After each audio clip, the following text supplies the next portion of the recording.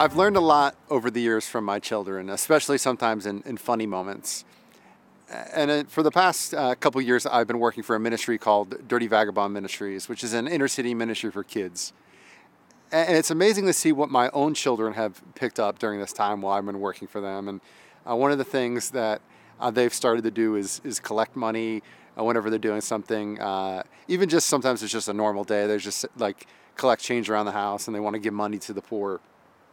And this one day, my daughter, Ella, came crying. She was just bawling, tears streaming down her face. And she came up to my wife and said, like, "Mom," and she's like, I accidentally gave all my money to the poor.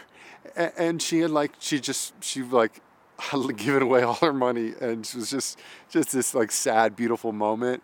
And, in this Sunday's gospel, we hear the story of a poor widow. And Jesus uses this story to point out like what giving is all about. There's a rich man who comes in and he puts in some of his money, puts in a large sum of money. And the poor widow puts in 2 coins. And it's her last 2 coins. It's all she has. And Jesus uses it to say, like, it's not about how much you give, like in terms of the quantity, but how you give it.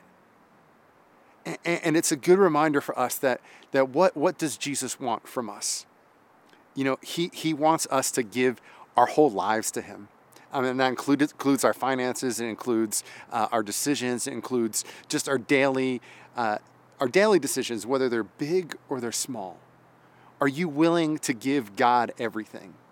Because at the end of the day, the return on that investment is huge. It's beautiful. It's amazing to see what God does with our gift that we give to him. God does amazing, beautiful things when we surrender. When like the poor widow, when like my daughter Ella, we just give Jesus everything. So today I want to encourage you to just give him everything. Surrender all that you have. And just see how beautiful the reward is that God gives you in your life.